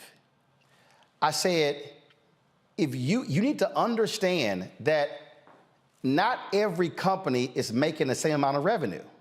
So you can be a lawyer or an accountant or in HR or whatever in a company, but if you think, oh, I should now be making $85,000 or $100,000 or $150,000, the size of that company dictates what they're able to pay. I said, I told this woman, you want to get paid $150,000, but the position you have in that company actually can only pay you $100,000. You're gonna have to go. And she was like, damn, you're actually right. Because she was just thinking, well, I should get paid here. But the reality is what the company makes dictates what they're able to pay. And a lot of people just don't think about it in that way. Yeah. And that's going to vary from industry to industry. I'll say for myself, in the role that I'm in now at my company, I'm doing the same job I did at the last company. But do you want to know, and I have the same title. The companies are different, the industries are different, but you want to know what changed? The salary. There you go. You can do the same job for $40,000 more. Size of company and revenue of company dictates, again, salaries. It's a money game. Mm-hmm. Absolutely. Absolutely. Let's go to callers here. I want to go to Ron from Los Angeles. Ron, you're on Roland Martin Unfiltered. How are you both today? Great. How you both doing today? Great. Can you hear me? Yeah. What's your question? Good. I'll be real brief. I'm on LinkedIn. I'm working in a renewable energy, solar to be specific, and I've been getting hit up quite a bit for different opportunities. But what seems to happen is that I'll go out and, I'll fulfill their requests, send a resume, do all these things. They say, hey, excellent resume, but I'm also not getting the follow-up. Now, my concern is I had to bring up my LinkedIn page, is that I do have a background, it has my picture in a suit and tie, but I have amplified Black voices as sort of my splash page in the back. Do you think that me sort of referencing that on my page has a lot to do with how employers see me? Ron, thanks for your phone call. Laren? Yes. So, and this is strictly my thought about that. I think it can play a difference, or it can play a part in how employers view you. However, your page should always represent your brand and who you are. If this is who you are, leave that there. The right employer will recognize who you are and understand your LinkedIn page is your LinkedIn page. And while it illustrates your skill set, it does not, your background logo does not determine how well you meet the criteria for the role. It does not determine whether or not you are a fit for the role. If an employer is looking at that, honestly, I would even ask myself, if this is what matters and if this is what's counting me out, do I want to work for you? Yep. That's not the company I want to be in. William Gracie from D.C. William, what's your question for Laren Wagner? Hi, how are you doing today? Thanks for taking my call. Great. How about you? My question, I'm great. My question is technology. AI, ChatGPT, for example, is potentially impacting or can impact a lot of industries in regards to getting rid of a lot of jobs or making you more efficient at your jobs. From an employer's perspective and an employee's perspective, one, from an employer, how do you think that's going to impact how you staff? And then from an employee's perspective, how can we position ourselves to make ourselves more valuable in the event of technology? Because it's definitely going to take away jobs. All right. William, thanks a lot. Okay, so my best answer to that would be look at your skill set, find yourself in a position to elevate yourself, understand where you are now, and look for opportunities to develop yourself. Don't leave that in the hands of the employer. Own that. And of course, one thing I always tell people, and I posted this on my page last week, always find yourself in a position to add value and make that value be tremendous. That is how you are going to show yourself approved in this case, but also too, that's how you set yourself apart. So I heard that part of the question. So that's my answer. But is there another part of your question that I didn't answer? Because I feel like I may have missed a part of that. It's already hung up there. I will add this again. This is a mistake that I've seen this in my industry when you're not paying attention to your industry. Okay, when you're seeing contraction in your industry, when you're seeing downsizing, when you're seeing massive jobs eliminated, your industry is going through a shift. What it used to be ain't what it's going to be tomorrow. There are people right now in media, and I was saying this 15 years ago, all y'all who don't understand technology, who are old school reporters, all y'all gonna be out of jobs. Their whole thinking was, oh, newspapers will be here all the time. The Baltimore Sun used to have a newsroom of 300. It's now 50. And so technology changes it. And so many people, I used to go to the National Association of Black Journalists Convention, and folks were resistant, and Roland, you keep saying it. I'm like, y'all, the train is coming. I'm telling y'all, a bunch of y'all are about to get run over and left off of the train. And when it came, they were like, oh my God, what do I do? Because you weren't preparing for where the industry was going. They weren't paying attention to the business side of the business. And so he was asking about artificial intelligence. If you are in a job that is about to be impacted by robotics and AI, yeah, you better start thinking about, if I got another 30 years of work, what am I going to be doing 15 years from now? No, you're absolutely right. You mentioned 30 more years of work. you will be surprised, and this isn't to pick at anybody or judge anybody, but you'll be surprised at people who are working all these years and not even looking at what their future looks like.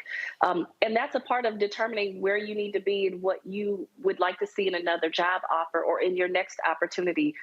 You have to plan. You have to plan for retirement. You have to plan for if something was to happen that would take you out of the workforce and put you on disability or some type of restricted income. I think a lot of people tend to gloss over that, but it's definitely a real thing. Phone call from Danita. I'm going to try to squeeze two in. Danita, what's your question? Hello, I'm a civil service and public employee, and I have about 25 years at my job. Not quite 25 yet. Should I wait until I'm at 25 to try and see whether or not I should go to another type of civil service employment, or should I just ride it out at my job and retire from there? I'm a ways away from retirement age, though. So what advice could you give me for that? Prepare for both. Do not wait till you're at that 25-year mark to determine what to do next. And we were talking about this earlier in an earlier segment. Your last day could be tomorrow. You know, knocking on wood that doesn't happen, but we are in such times of uncertainty. Anything could happen. You have to plan now. But also, Danita, I would advise anybody to do that. Danita, I want you to also start to sit down and look at the finances of that. And so, for instance, the question is, can you take early retirement? And then when does your pension kick in? How much is that? And the only reason I'm saying that, I know some people who are getting two pensions. They worked at a public position job. They said, okay, I'm retired here. I got that pension. Now I'm going to go work over here as a public worker. Now I'm going to create me a second pension. And then when they do retire, they got two pensions coming in. And so you should be sitting down, looking at the finances of your decision that then dictates what you then do. Because you have an advantage that yet you got almost 25 years and you're still young enough, you can walk away from that pension, that job, and go to another one, and that pension is safe. And so you should be looking at the number game and see how that works for you. Laren, we appreciate this. We're going to have you back next Thursday. If folks want to reach you, how can they do so? So I am on LinkedIn at L'_ERIN Wagner. And I am also on Instagram at LarenW1.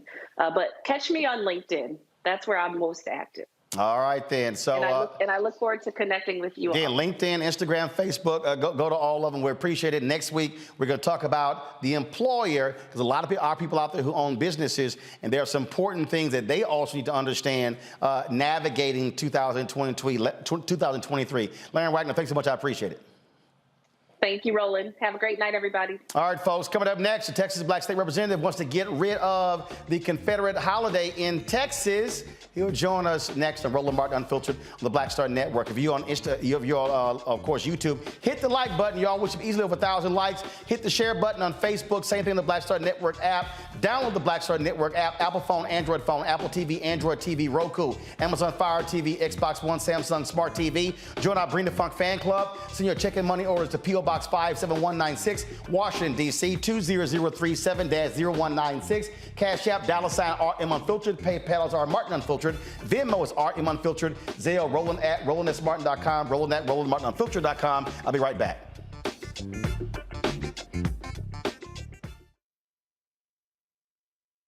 Hatred on the streets, a horrific scene, a white nationalist rally that descended into deadly violence. White people are losing their damn minds. As an angry pro-Trump mob storms the U.S. Capitol, we've seen We're about to see the rise of what I call white minority resistance. We have seen white folks in this country who simply cannot tolerate black folks voting. I think what we're seeing is the inevitable result of violent denial. This is part of American history. Every time that people of color have made progress, whether real or symbolic, there has been what Carol Anderson at Emory University calls white rage as a background. backlash. This is the rise of the Proud Boys and the Boogaloo Boys. America, there's going to be more of this. Here's all the Proud Boys, guys. This country is getting increasingly racist in its behaviors and its attitudes because of the fear of white people. The fear that they're taking our jobs, they're taking our resources, they're taking our women. This is white fear.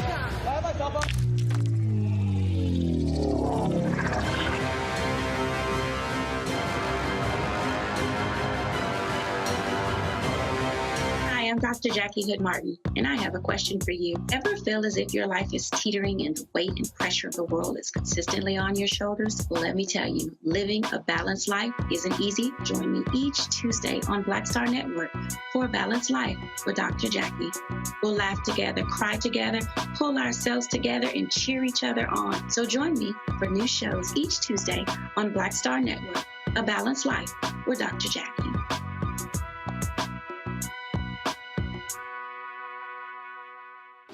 Hey, I'm Antonique Smith. Hey, I'm Arnaz J. Hi, this is Cheryl Lee Ralph, and you are watching Roland Martin, Unfiltered.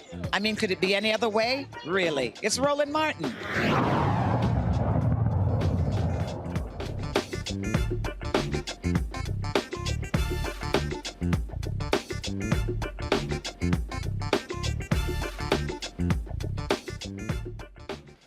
The greatest defender of the Confederacy today, white Republicans. It continues. You have these Confederate Memorial holidays in South Carolina, Mississippi, Alabama, and in Texas as well. Black state rep, he wants to stop that in Texas. Representative Jarvis Johnson joins us right now. Glad to have you on the show. So today is what? What is it actually called in Texas today? Celebrate Stupid People Hero Day. It's actually called Confederate Heroes Day in Texas. So, that's the holiday. What's their rationale for still celebrating domestic terrorists who were traitors to the United States? You know, over and over again, you hear the same comments, you hear the same statements that this is their history, this is their culture, this is their legacy.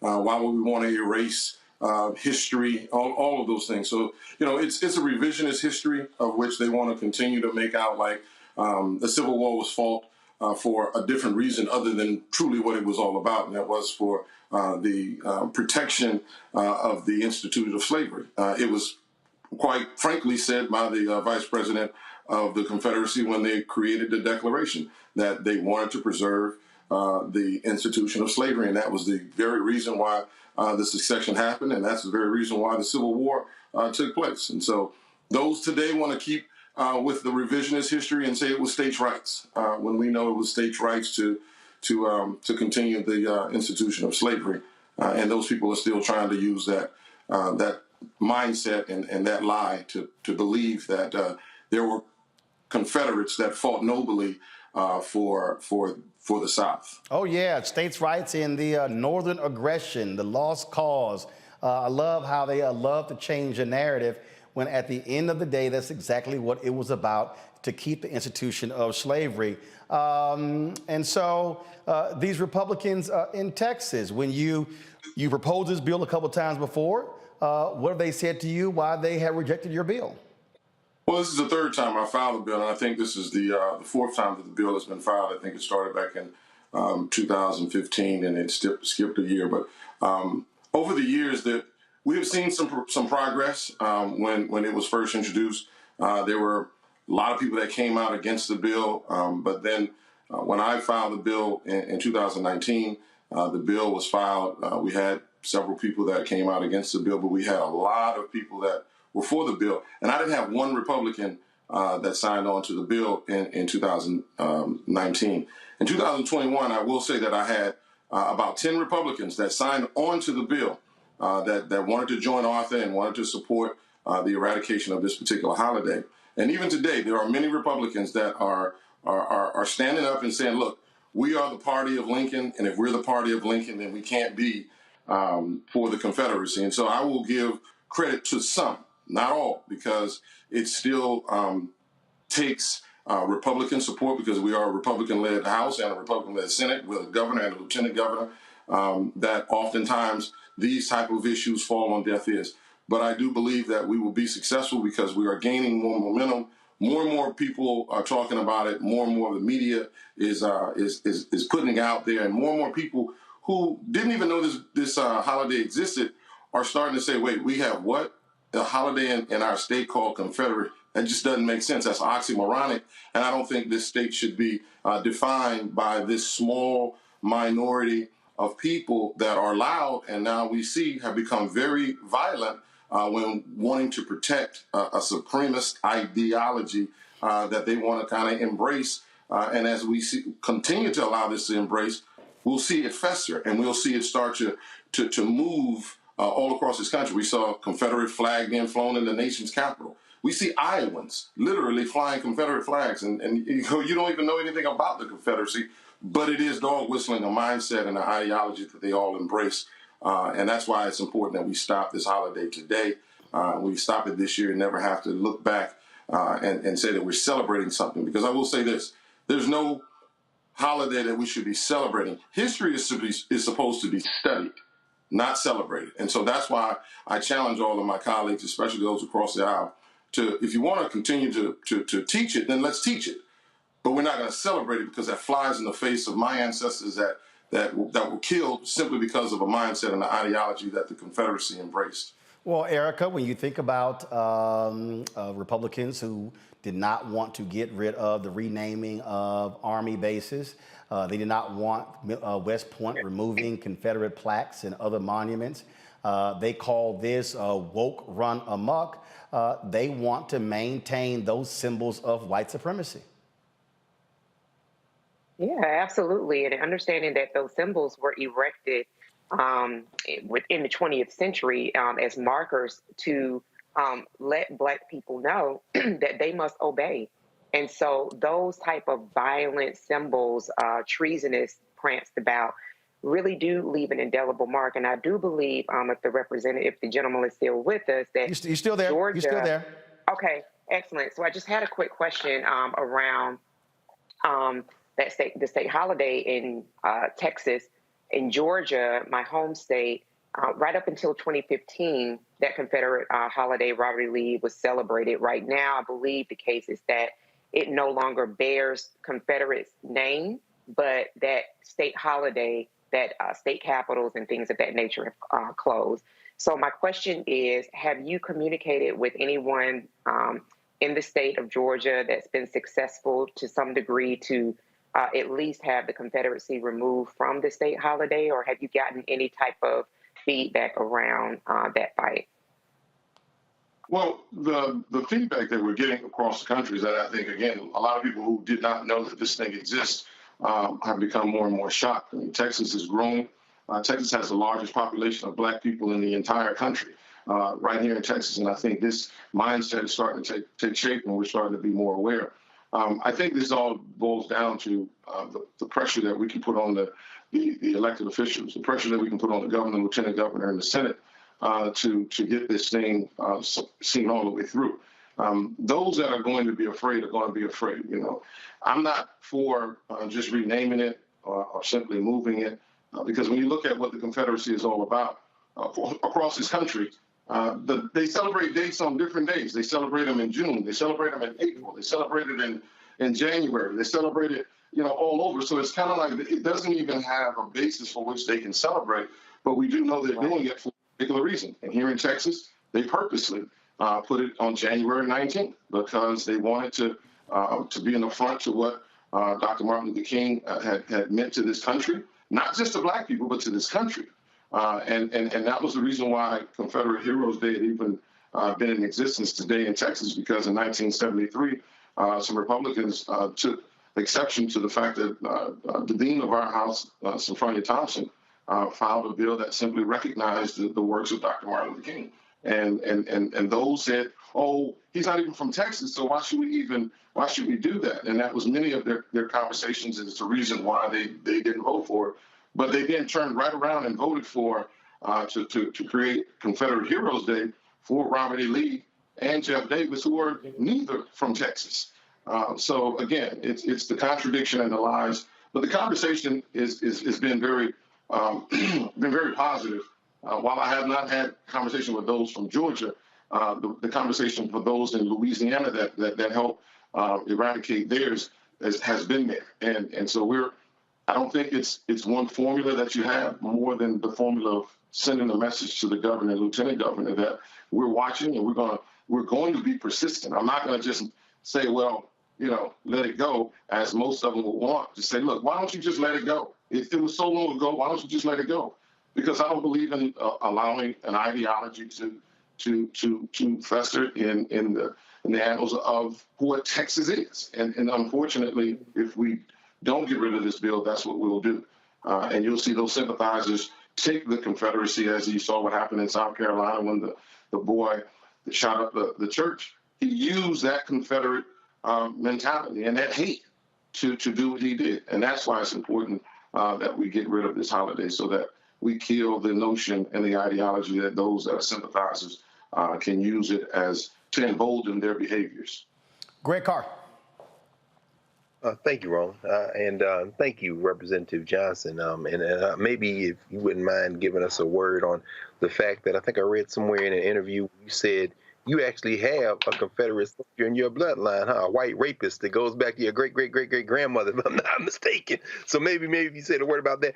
I'm curious, as you continue to fight this fight, and ultimately we know we're going to win, in the interim, if January the 19th became a day where we embraced Confederate Heroes Day and used it as a day of day-long teach-ins to eviscerate the Confederacy, I wonder if that might be a tactic as we're getting it banned. I'm thinking Texas Southern and Prairie View, and maybe get Texas Austin together, and maybe have some college teach-ins on the 19th to destroy the Confederacy. We're gonna embrace this holiday until we can get it off the books. I wonder if that might be a tactic that could be used as we're moving to get rid of the holiday. Well, about 45 seconds. Go. The one thing that is happening across the state and across this country is that they're trying to ban teachings of anything that has to do with blacks. You understand what Florida just did was banning black education in public schools. But yeah, the issue is that we have to continue to educate our own people so that they understand how hateful and harmful this particular bill is. And yes, to those that want to say that this is their heritage, this is their culture, I tell them this is mine too, because my great-great-great-grandfather fought for the Confederacy as to where my lineage came from. And so we have to, but I'll never celebrate an individual like that, but I will teach my children about what that individual did to our ancestors. And so never to be celebrated, but certainly to be taught so that we don't forget their heinous crimes. All right. Representative Johnson, I certainly appreciate it, man. Thank you so very much. Appreciate you, brother. Keep up the good work. All right, then. Next time, you can remove that crap in the back. I knew you was going to go there. I just want to let you know. I mean, next time, don't look, you can move to anywhere else. You can move anywhere else in your house or your office. But don't be showing that nonsense on this show. You're right. It's your show, but, it's my house. So at the end of the day. But no. It's Alpha House. Remember who's your daddy. Okay. All right. Tell the folks in Texas what's up. Thanks so much. All right. Greg Carr, they should know how I'm going to roll. Greg, I appreciate it. Reese, thanks a bunch. Erica, thanks a bunch. Folks, we'll see y'all tomorrow right here on Roland Martin Unfiltered on the Black Star Network. We keep it real, keep it unapologetic. And so we'll see y'all then. Holla!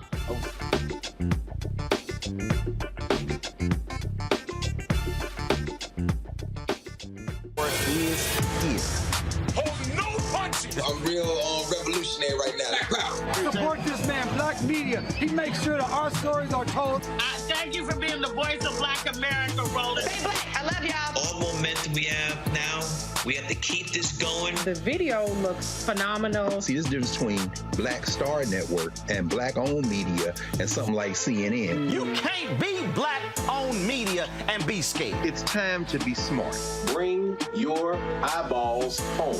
You dig? Pull up a chair, take your seat at the Black Table with me, Dr. Greg Carr, here on the Black Star Network. Every week, we'll take a deeper dive into the world we're living in. Join the conversation only on the Black Star Network. Hi, Hi, I'm Dr. Jackie Hood Martin, and I have a question for you. Ever feel as if your life is teetering and the weight and pressure of the world is consistently on your shoulders? Well, let me tell you, living a balanced life isn't easy. Join me each Tuesday on Black Star Network for A Balanced Life with Dr. Jackie. We're all impacted by the culture, whether we know it or not. From politics to music and entertainment, it's a huge part of our lives, and we're going to talk about it every day right here on The Culture with me, Faraji Muhammad, only on the Black Star Network. I'm Deborah Owens, America's Wealth Coach, and my new show, Get Wealthy, focuses on the things that your financial advisor and bank isn't telling you, but you absolutely need to know. So watch Get Wealthy on the Black Star Network.